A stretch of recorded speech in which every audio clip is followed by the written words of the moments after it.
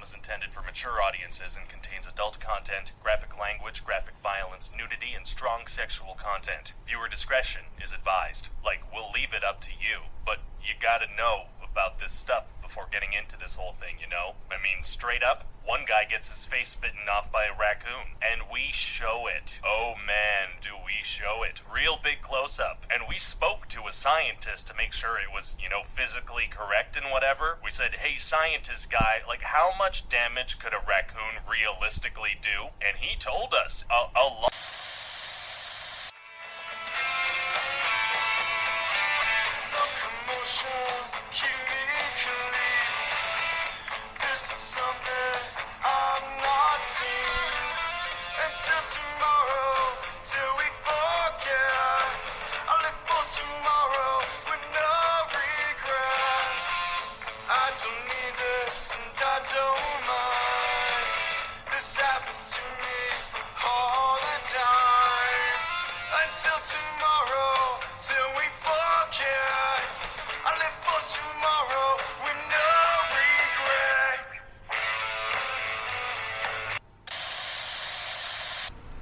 Hey guys, we kind of have a special thing coming to you today. It's cool. I got a special guest with me today. It's NorthLebanon, and how you doing this morning, bud? Yeah, I'm doing great. How are you, man? Man, I'm doing really well. I woke up this morning. I wasn't feeling the best, so I took today off of work, and we ran into each other. Actually, do you wanna talk about who you are inside the game and like who you fly for? Yeah, I started playing this game a year and a half ago by the name NorthLebanon. I enjoy this game a lot because I'm obsessed with jets and I don't have a gaming PC, so I thought, why not playing a game like a simulator on your phone? And I started playing ever since. I play for the Squadron H2 and our friends War Dog. Yeah. So, dude, and that's how we met. Yeah, so yeah. It's a long story with War Dogs. Like, I didn't think for once that I'd make like friends and new people through a game. It never happened with me before. Right. But yeah, I'm glad it happened. This is why this podcast exists. Actually, I was having these conversations. We were talking a little bit in the pre-interview, but I've had these conversations for over a year now, almost 2 years. And one day I was like, I'd love to record these so people could come back and listen to them, or even new people, and then it kind of rolled into a podcast. In fact, the reason why Kegs isn't here today, or Duke, is it's so early, I just didn't want to bother him. So, back to the War Dogs thing, so, in case you didn't know, I was one of the main three that started War Dogs back when War Dogs had 3 Diamond Squad, stuff like that. And I just I just recently came back, because I recruited Mama. I recruited probably those generals that are in there. Natasha, all of them. So you're the commander of the advisor that started the squadron? I was just the guy that started it. Yeah, I'm not a commander. I'm just kind of like, most of my time's eaten up by the podcast, but I fly in there like Gold League and stuff when I have time, and yeah, but... That's new for me, but I'm not surprised. Like, you seem like a nice person, and everyone likes to chat and be a friend with you, so it's not very surprising for me. It's so much easier for me because I care about everybody, even the infamous, on the game. I think everybody has a role. But and to explain, guys, so the reason why I asked North to come on, and he did this at, literally I asked and he said, yeah, I can do it real quick. So North, actually, you want to kind of explain, basically you're a resident of Ukraine most of the time, right?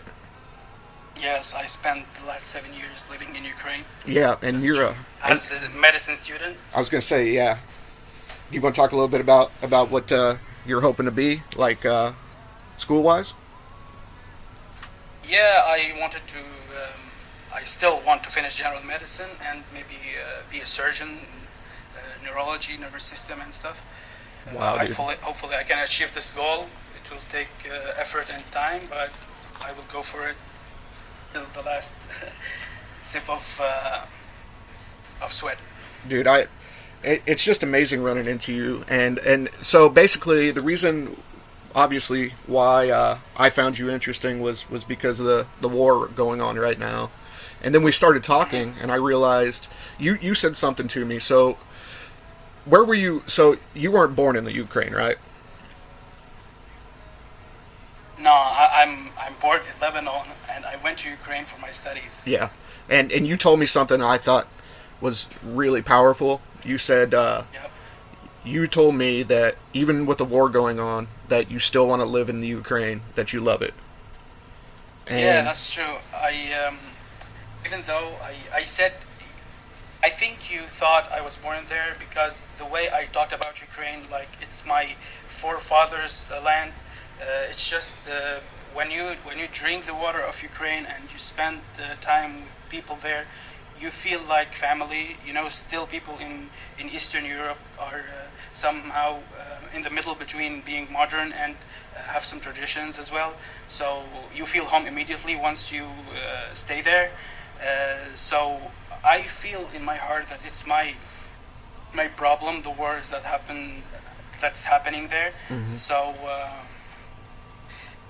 well, I don't know what to say. I just yeah, I just it'd feel be like like it's Americans. my land. So Yep. yeah, 100%. Yeah, you're a patriot basically, and like you said, it's your forefathers' land, and I love that so much.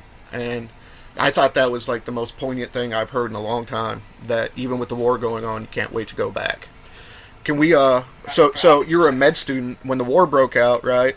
You can you tell me about the first day that the war broke out? Yeah, well, before the day that the war started, 24th of February, everyone was living there saying, no, there is no way. The Ukrainian people and Russian people are just brothers, and they were the same people long time ago, and they still speak similar language, especially in Eastern Ukraine. They still speak Russian. They switched it after the war because, they have to be patriot. So everyone was calling me, what's going over there? Are you safe? Do you think it will happen or not? I said, no, there is no way. I don't think Putin is that, will go this far. He's not that crazy because such war will be destructive, cost a lot, and no one is winning from it. No, and But once the day... no, I was gonna say, and my question is like that morning. So you said how were you woken up that morning? Yeah, I woke up and there's some sounds of explosion and blast because first thing happened that there's a lot of missiles that hit ports and airports and some strategic buildings. So I was shocked, like, am I still in my dream? So I slapped my face, washed my face, and looked through the window, and I saw smoke. Oh my God! I said, no, I'm still asleep. I'm not awake. But once I opened my phone, and with additional sounds of next blast, I thought, like, holy shit, it's happening. Yeah, who the fuck wakes up and expects that? You're a medical student, just trying to get through med school, and next thing you know, it's a peaceful country, not trying to overtake anyone. They just love life, and that's it. What's the purpose of doing so? Yeah. Well, and I think, and we spoke about that. About how I feel about it. I honestly think Putin's doing it to try to stay in power. Dictators usually meet their end, usually by the end of a blade or a bullet. And the term paranoia overtake them and occupy their brain. Yeah, such thing happen. Yeah, just like Crimea, right? So the whole reason Crimea happened was it was for show, kind of like Saddam was. Yes. Yeah, like Wizard of Oz type stuff, the projection of power, to his oligarchs and stuff. You spoke about Crimea, and there's an interesting topic that happened between the time Crimea was occupied until the war broke in Ukraine. So, Ukrainian people are more looking towards the West and the freedom that is in the EU and the US, and they protested because the government of Ukraine was a puppet for Russia, or Putin, to say, and they wanted to join the EU and stuff. So Putin take advantage of the revolutions and marched toward Crimea and took it by tanks, as everyone knows.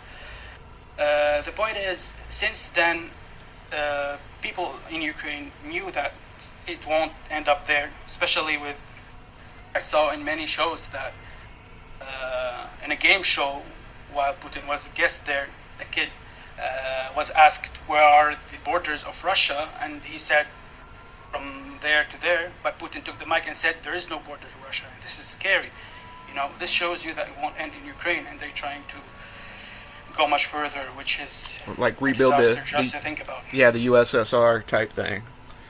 And that's and politically, so it's I'm kind of different than most Americans. I told you that I was going to try to explain what I think most Americans think about the war, and sadly it has nothing to do with the victims, on both sides. But before I even get into that, did you happen to did you know anybody that ended up, like your friends that are fighting over there? Do you know? Did they have to enlist? I have some friend that they actually died there on the front line. Oh my God, I'm sorry, bud. Which is so sad. They're just kind people.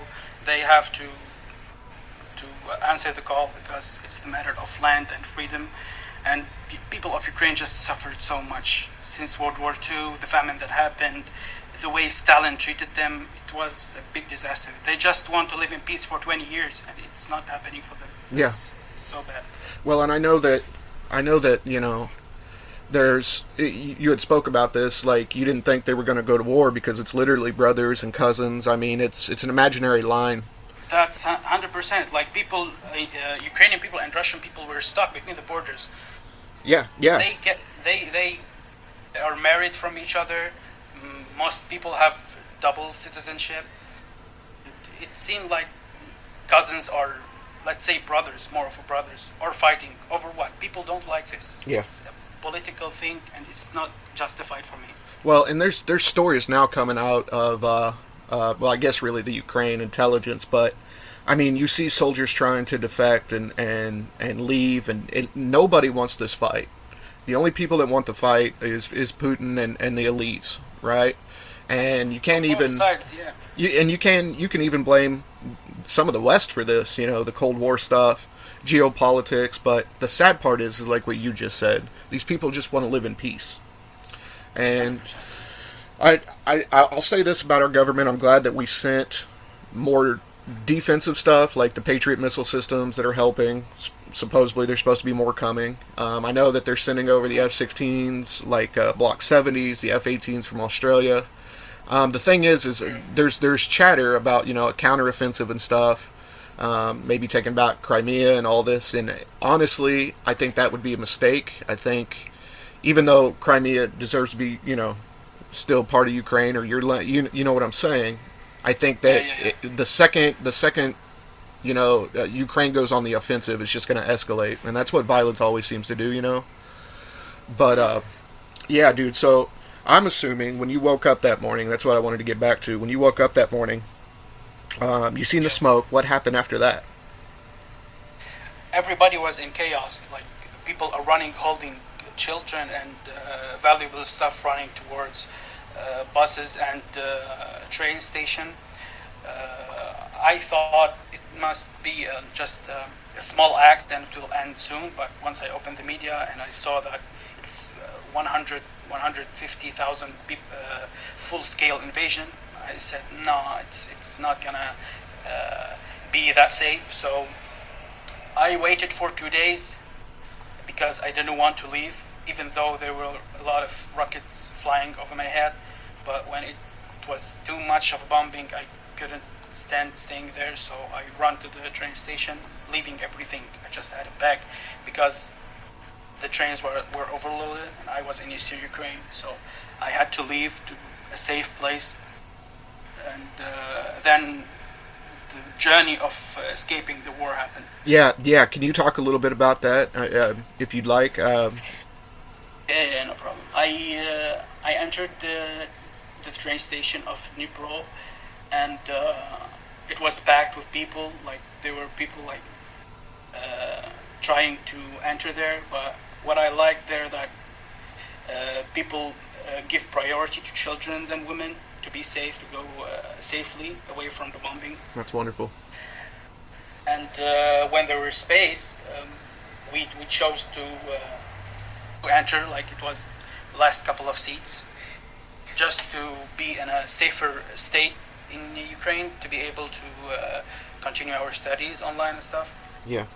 But the train was, first of all, a bit slow. It's overloaded, and we happened to stop at every station because we want to take as much people as we can. So we had to stay standing, and it was a cold day, a terrifying day, stressful.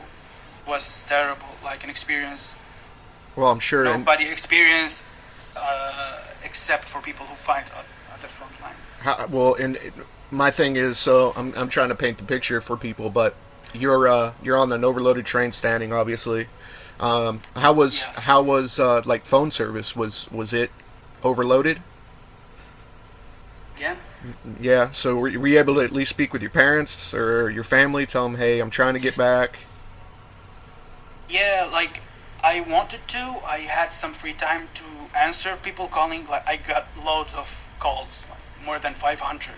My phone crushed, and I was in a stress and in a hurry, so I couldn't manage to answer everyone. I tried my best, but whenever I had the chance, I sent messages. And the problem is, the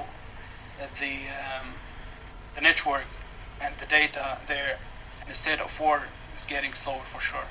Wow, dude, I can tell you this. What was it? What was it like when you finally got home? Well, I slept for 2 days, and I thought, like, this life is so short. And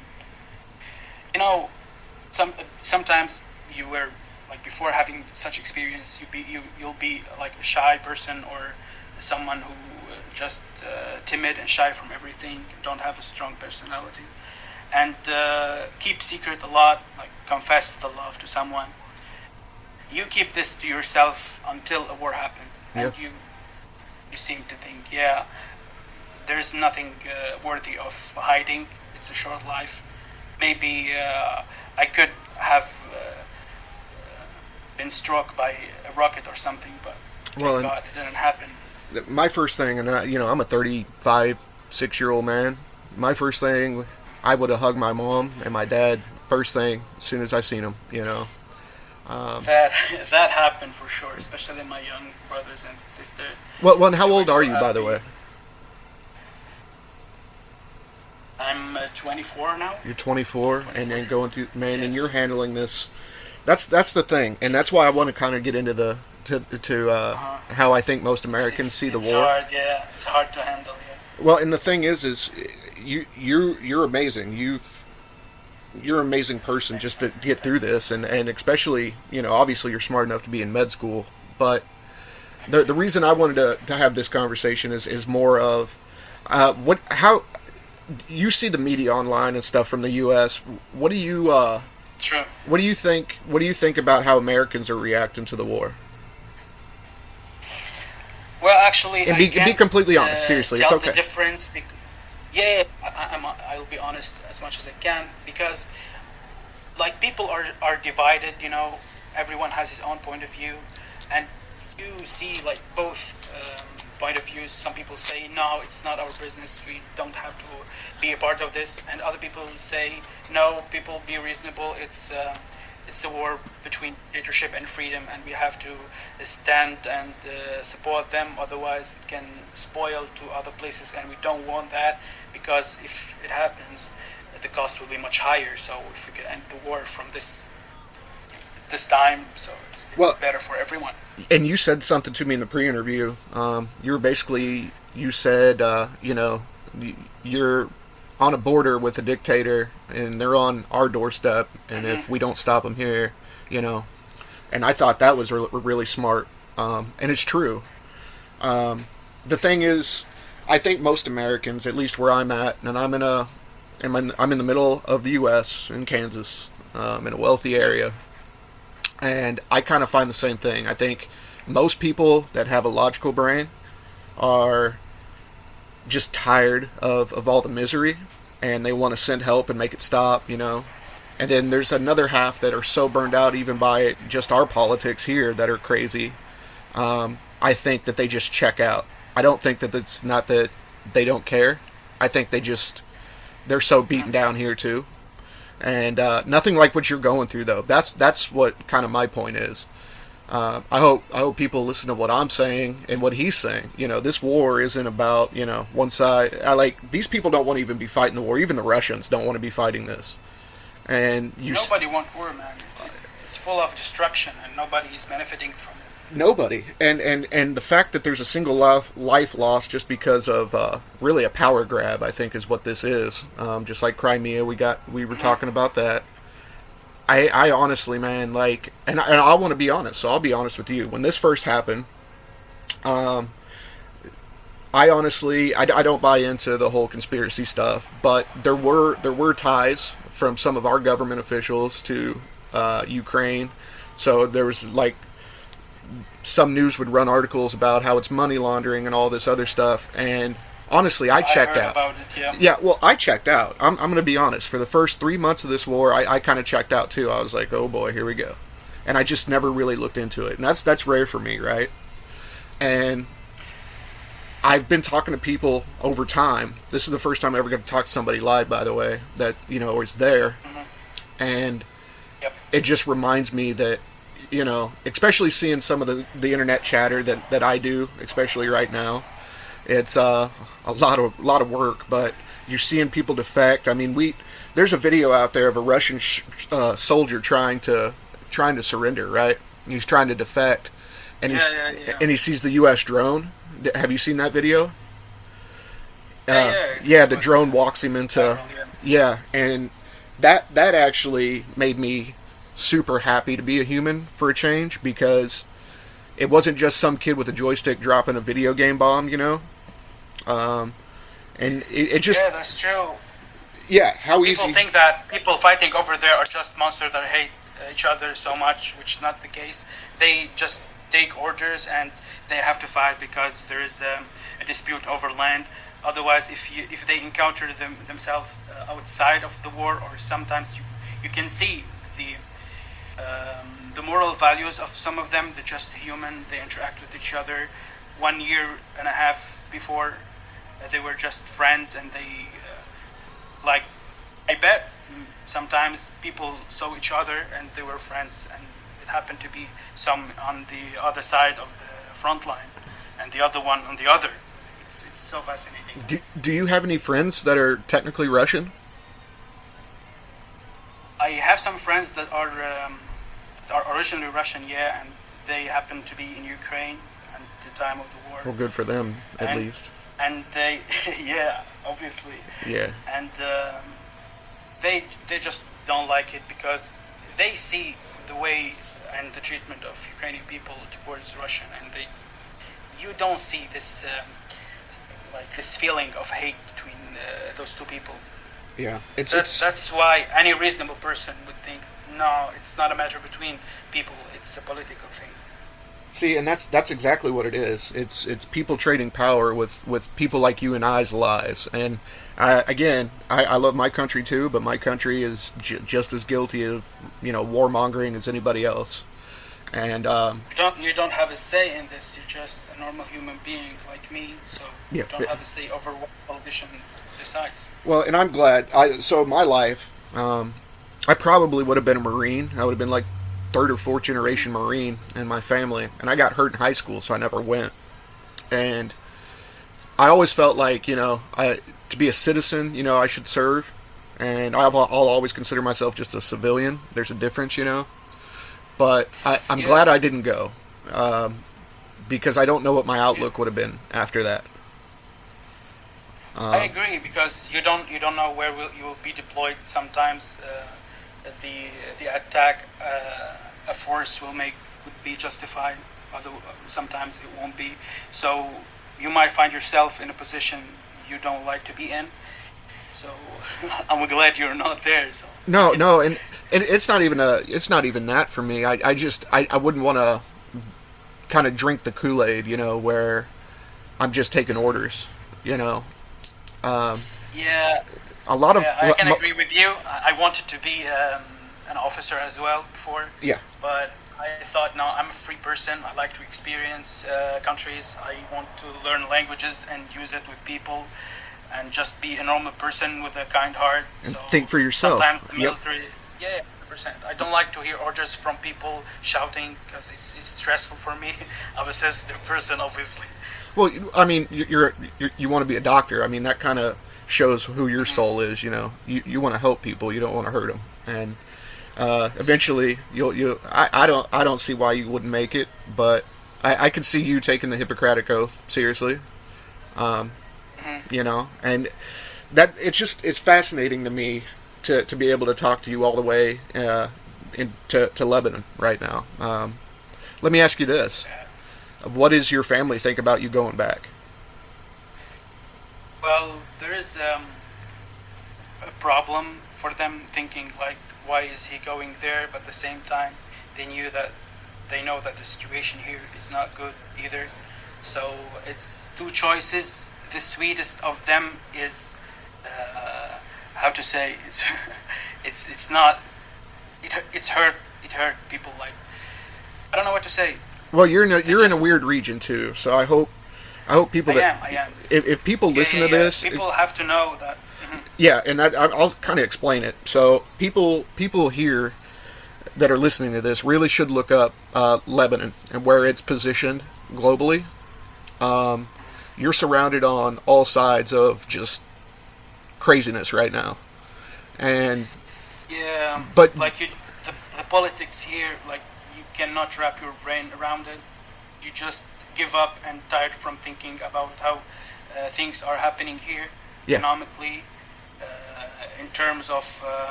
military and wars that breaks and and, spoilovers that happen from nearby countries. It's so tiring for your brain to think about it. well, and I think, and that's what I was guilty of until I kind of stopped. Like, I think people like myself probably think of countries as wars.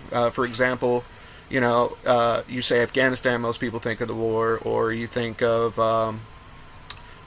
Vietnam, and where you're positioned regionally, I could say different countries, Yeah. and I'm going to let other people, look that up because they should. And the fact that you're 24 and juggling all this plus med school, man, I wish you could come over here and visit, maybe dual citizenship or something. Like, I really do. You're such a good kid, really. I'm not going to call you a kid, but seriously, I'm so impressed with who you are as a person. It's just Thank you, man. It's my first time talking to an American person live on a call outside of work, and I'm glad to hear your thoughts on the region and everything that happens, because I don't have this encounter a lot. Like, it's not usual for me.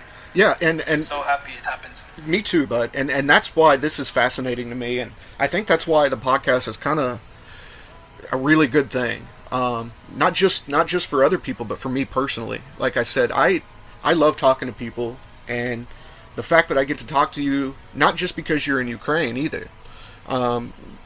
Lebanon, just you in general is fascinating to me, how you're juggling this. So, I'll tell you this: not all Americans are the redneck America type.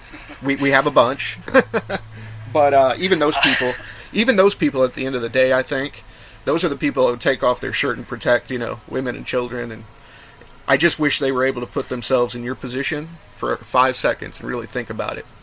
And that goes for the Russian side too. That doesn't want to, they don't want to be there either. They're starving to death. I mean, they're in bad shape. That's true. Like, the quality of life before the war is so different from now. A lot of resources are being pushed to help the military, while people are suffering from an economic problem of food supply. A country like Russia, so spread out, like emptying the whole country from youth that can work. They're just marching toward the front line. It's a big problem. Like, it's a big cost. Well, and the saddest part too, what people don't realize about Crimea, the reason, another reason why Putin probably wanted Crimea is it's literally the only area that has the ship and dry docks and stuff for submarines. In fact, when they took Crimea, they took over that aircraft carrier. They basically stole it from Ukraine, and I think that's why he wanted that. He wanted the sub base basically. and and he wanted as well to control the whole Black Sea because Crimea is like pushed a bit further deep into the Black Sea. So after the war, they didn't just block the access of Ukrainian ships. They also blocked the port that links Ukraine to other parts of Europe through the Danube River. So it's not accessible for Ukrainian ships to be there, which is a big problem for transporting the seeds around the world, and that will cause, and it's causing now a big, like it will cause a famine. Hopefully not, but it's a big problem. Well, with supply in the world. That's what I was going to ask you next. Like, obviously you're in Lebanon, so you're back home. Is food and everything okay there at the moment? Like, well, once after the explosion, and the loss of a lot of goods and seeds there, the economy is destroyed. The government filed bankrupt. Everything is, let's say, is available, but in a very high price that people cannot afford. Yeah. Like minimum wages now are between $40 and $60, and as a small country, you don't have a lot of industry to produce some things locally, so you import everything, Yeah. and you have to pay for them in dollars. So, like if you work 10 hours a day, 22 days a month, you cannot afford to buy a bag of bread for the whole month, which is a complete disaster. oh my God, dude. Well, if anybody listening to this could do something, like to help, what do you think normal people could do to try to help? Is there something that, a charity or something that might help you guys, like, especially when you get back to Ukraine, right? Because I know same thing's probably happening over there right now. Is there anything that people from around the world could maybe do? Yeah, I can say the following: here in my region, in the Levant, giving the aid for the people in need is so hard. You have to find the correct charity that is not trading in the problem happening. Yeah, the corruption part. Yes, I can say it's not the case, not totally the case in Ukraine, because people there are more focusing on helping each other. Well, and the difference is Ukrainian people are united, but the problem in Lebanon is that people are 18 sectors, which I don't know how we exist, but it's just. Do you know of a specific charity or anything that's a good one? I tell you what I can do. If you're talking, yeah, in Lebanon, I'm not so familiar with it because I spent much of my time before in Ukraine, so I cannot vouch for anyone to be the helper. But well, I don't know if. Do you have phone service in Ukraine? Yeah, we still have. Well, I definitely still keep have checking my in with service me. now. Yeah, definitely keep checking in with me. But the thing is maybe we can find a correct link or something charity wise for aid. Yeah, I'm more attached to charity in Ukraine. Like I know honest people that can help, and I can introduce it to people. If not through me, they can contact them directly without me. So and they can check up for them in their assignment with the government and all this stuff. Like legit. Yeah, that's wonderful. And what I'll do is when we get done here, I'll just I'll get a link from you. I'll have you send me a link, and we'll put that in the YouTube video so people know, because there's a lot of people out here like me, and I hope that they hear people like you. We're starting to see this more and more. Thank God for the internet, but that's true. They just want to make sure it's going to the people who deserve it. Yeah. And I understand them. they just want to be helpful, and that's why I can see the point. Absolutely, and I'll get a link from you, and we'll post that, because again, I think a lot of people just want to make sure. I can't even say make sure. That's the wish. They just want to help. Like I personally right now want to help. Like my heart goes out to all you guys over there, and the fact that you said Ukraine's basically my home. That's the whole idea of what most Americans think too. There's a big thing about this is our land and pride, and it's just. I wish you could. Have you? Them, and I wish. Go ahead, bud. I wish all Americans that feel the sense of patriotism from Ukraine will get to visit it one day, and this patriotism will flourish because Ukraine is an accepting place. They will feel the warmth there. So I wish this happened to all of them. Yeah, what was you saying? Well, I was curious. So, have you ever been to the U.S.? No, I did not have the chance to do so. Well, brother, that's something that we were talking about Missouri and kind of where I live, and you're such a bright kid and stuff. I hope that you get to finish med school, and maybe that'll be an outlet for you to at least come visit. That's true. Yeah, that will be a plan. Yes.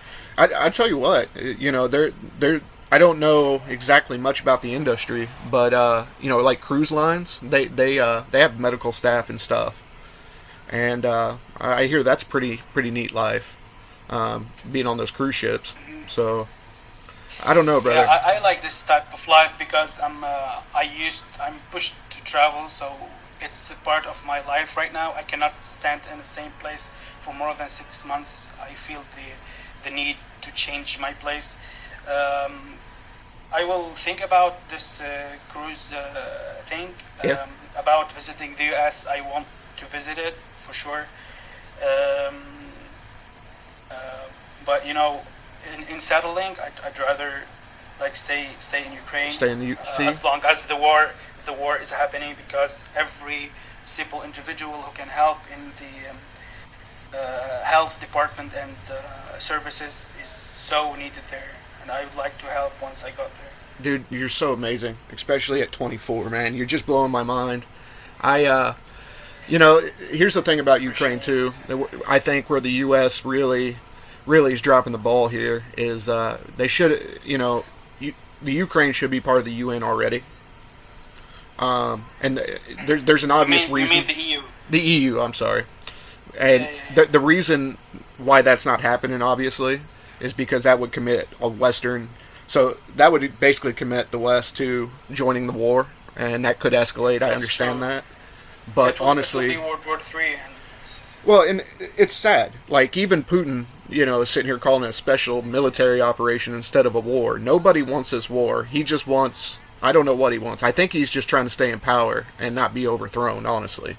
But, I don't know what to say about that other than there's a point I wanted just to talk about that, Putin is a president that should be respected and look for his word that he said, but he didn't make sure he's truthful, because before the war and when American satellites said that there is a lot of soldiers, the march that happened, 150,000 and all their equipment, he said, no, we're not looking to invade any country, and this changed in a matter of 4 days. Like, how could a person that is a president of Russia do this and lie to people? I still don't get it. Well, and truthfully, he's a complex guy in himself. Like, being part of the KGB, being the KGB guy, and then next thing you know, he's president. It's a different life. I don't know how the way they live, and he's grown up in this type of service thing. I don't know. He seemed like a psycho or something. I don't know. Well, and it's I've looked into this a while now. Just Putin himself, and he used to be a lot different too. As he's aging, you mentioned paranoia.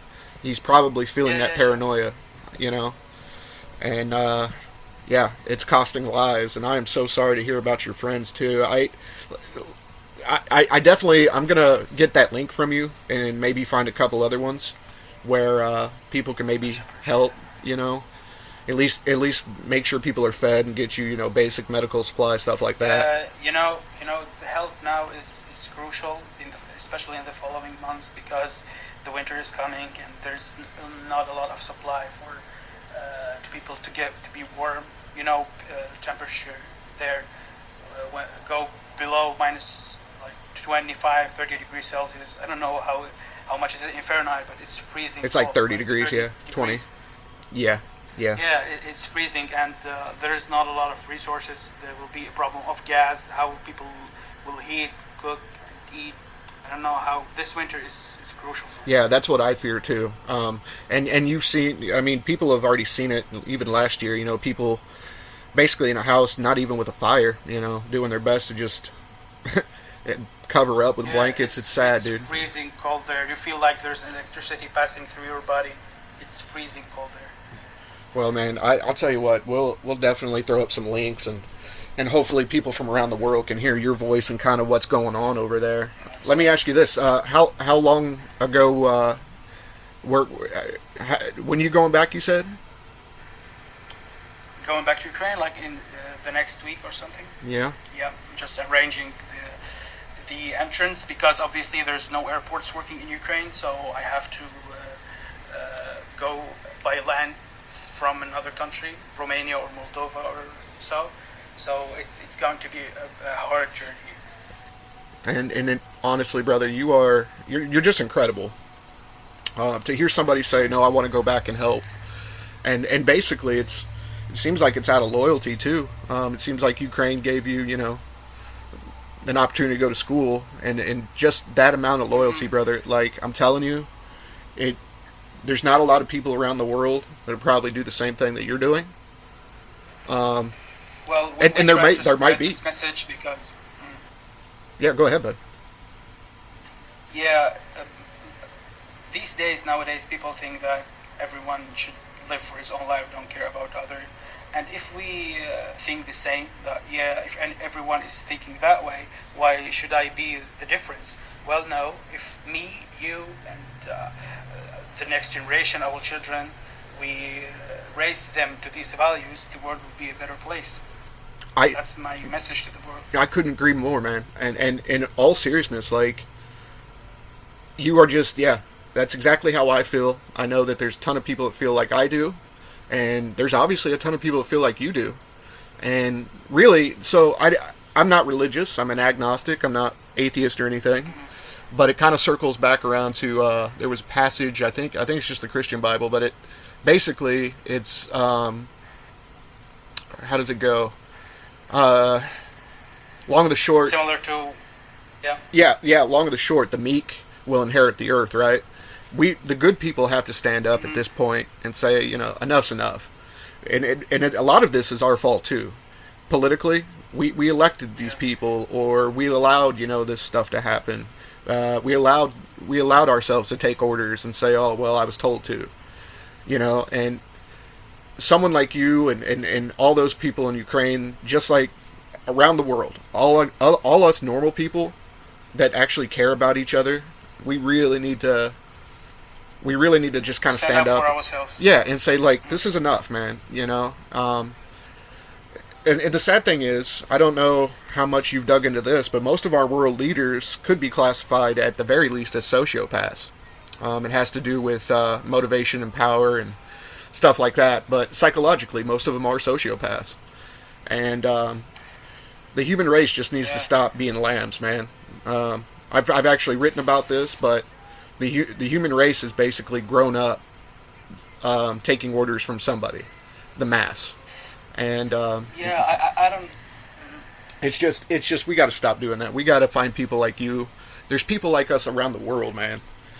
And But they're just afraid to, like, if they cause a revolution or something, they don't want to destabilize their country.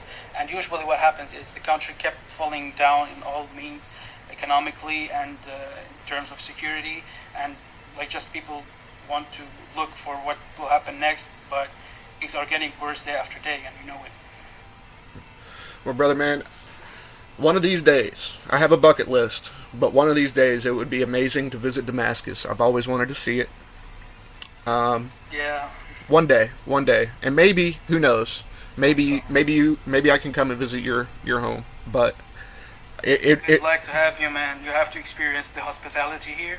It's a small part of the world, the Levant.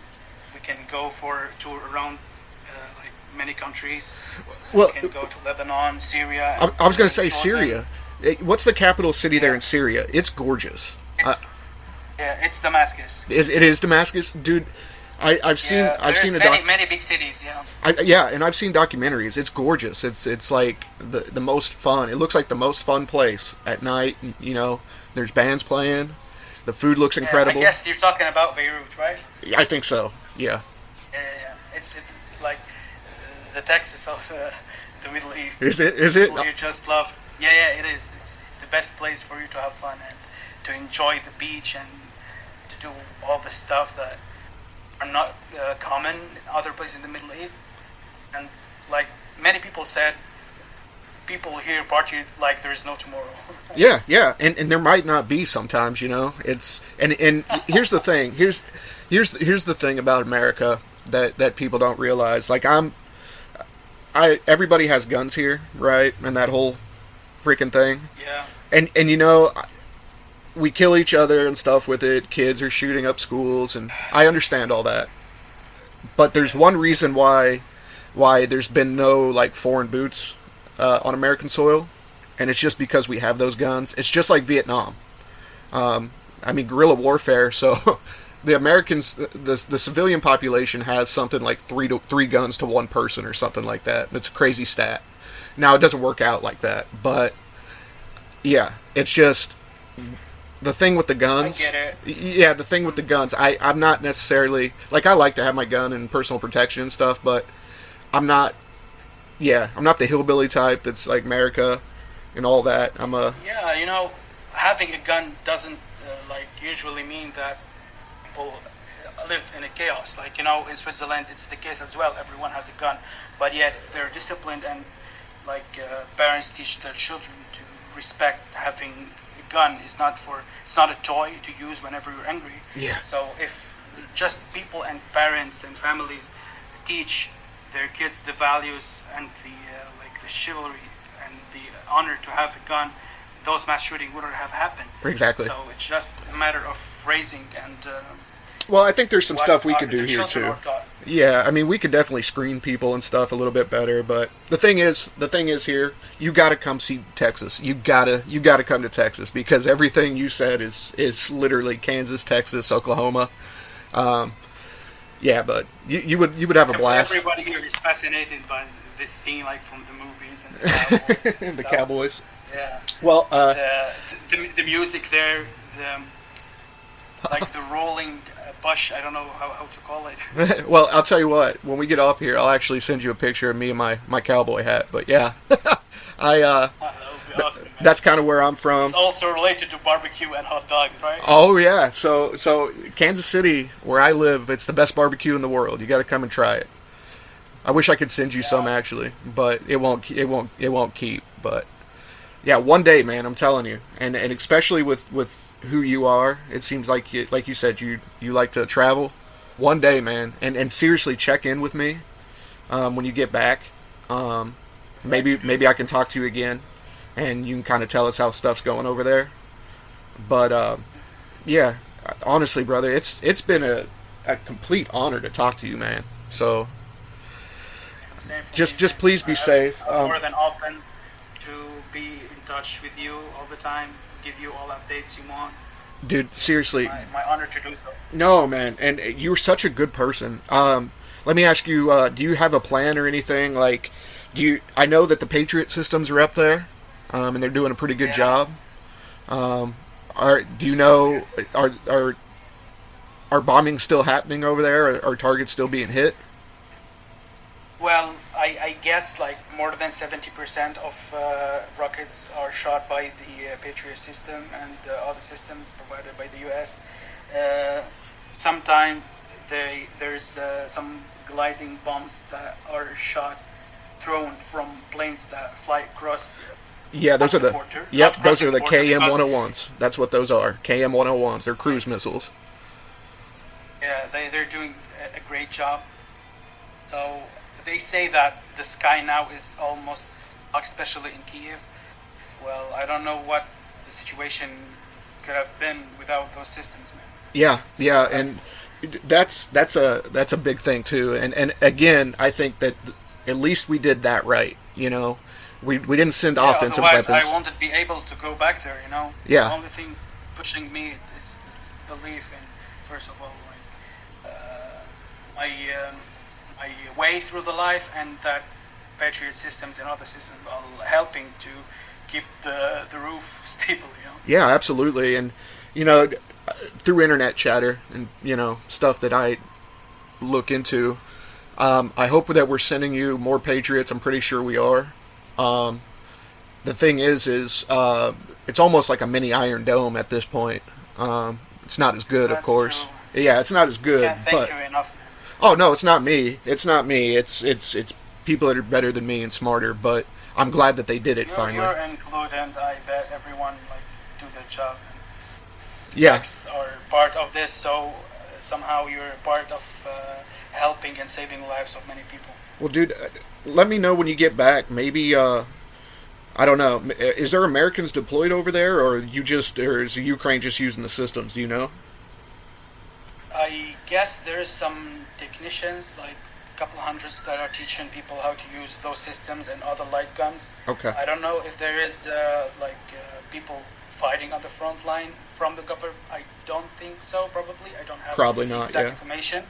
Yeah, but for technicians, yeah, for sure, because NATO and Western guns are new to Ukrainian military, so they've been training on them since the beginning of war. Some of them are mastering.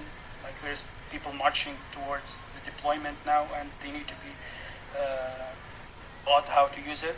So yeah, I guess there's a lot of technicians. Good. Well, and Yes.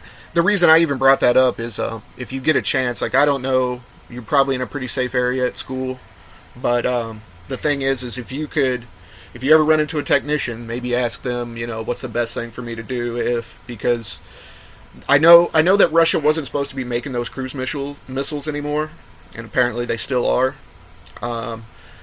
which is against some sanctions, I guess, which is terrible, but sounds about right. But from what I can tell, they can only make up to 3 or 4 a month, something like that, of these giant missiles. They weigh as much as a car. Same applies to tanks, actually. Like Russia, before the collapse of the Soviet Union, they could produce a lot of tanks in a month, but now it's, I guess, 20 a month, which is Very poor. it's not enough for them to follow the needs. Yeah. So And honestly, javelins and other tanks from the West are doing a great job. Well, see, and a javelin, that's a great point. See, and you're a doctor, but you're smart enough to know this, basically. So you're I'm sorry, almost a doctor. But the thing is like, why? I'll spend $2,000 on a missile. You can build a $5 million tank, and that missile is going to win every time. And stuff like that. Proper shooter, right? Yeah, just stuff like that. But honestly, I think like I said, I know that there's some help coming. I know that the U.S. made a deal with Australia. There's supposed to be F-18s coming over there. That will be a game changer, for sure. Yeah, and the only thing, the F-16, it's a great platform, especially these Block 70s. They're amazing. They have the same avionics as like the F-35. But the F-18 is more of a strike. They can take down any usual Russian jet from Soviet eras that are the most used now, because they have a better radar from far away. It will be game changing as well. Yeah, and from what I hear, a lot of the Russian avionics, radars and stuff, they're having issues. Like, again, this isn't like a measuring contest. Excuse my language, but the thing is like you said, I think it's a big thing about stability too, because obviously the EU could stop this immediately, but escalation, And I just, really at the end of the day, I want to push that link again that I'm going to put in the video. It's going to be in the description here. If you guys want, please, take a look at it, read about it, maybe help these guys out, because like he said, winter is coming, and they do import everything. They don't have like massive farmland and stuff like that, guys. So I don't know, brother. I appreciate you having the guts to come on and just talk to me. Thank you so much, man. You're a great person with a great message. I'm so happy to be here and to talk about these points. Like, you don't usually see this in the media unless you happen to be with the correct person. Yeah, and that's what amazed me, dude. So like, happy to say this to you. This was the best thing in the world, man. Like, the last thing I ever expected was to wake up and have this conversation, and honestly, I'm so glad I stayed home from work. So, me too, man. That's how life and luck made. Well, dude, I hope you have a great rest of your afternoon. Do you want to say anything else? We're gonna have you back on for sure, but do you want to say anything else while you got a second? Well, I want to say just for everyone here, believe in humanity. Things are hard right now, but every one of us believed in humanity and ending this suffer and war, we can reach to it. I know sometimes people just want to rest their mind and don't think about it. Well, just prayers or any help could do a change. Don't think a small help will be not noticeable. It's crucial. Every penny is crucial, and together we can end the suffering. But I have nothing I can add other than thank you. And thank you so much, man, for giving me this opportunity. Absolutely, and like I said, I'll talk to you soon. But I hope you guys, really think about the stuff that we were talking about. Send some love to North, especially. But with that being said, I'm Cool for the Cool-Kegs podcast, and we're out of here.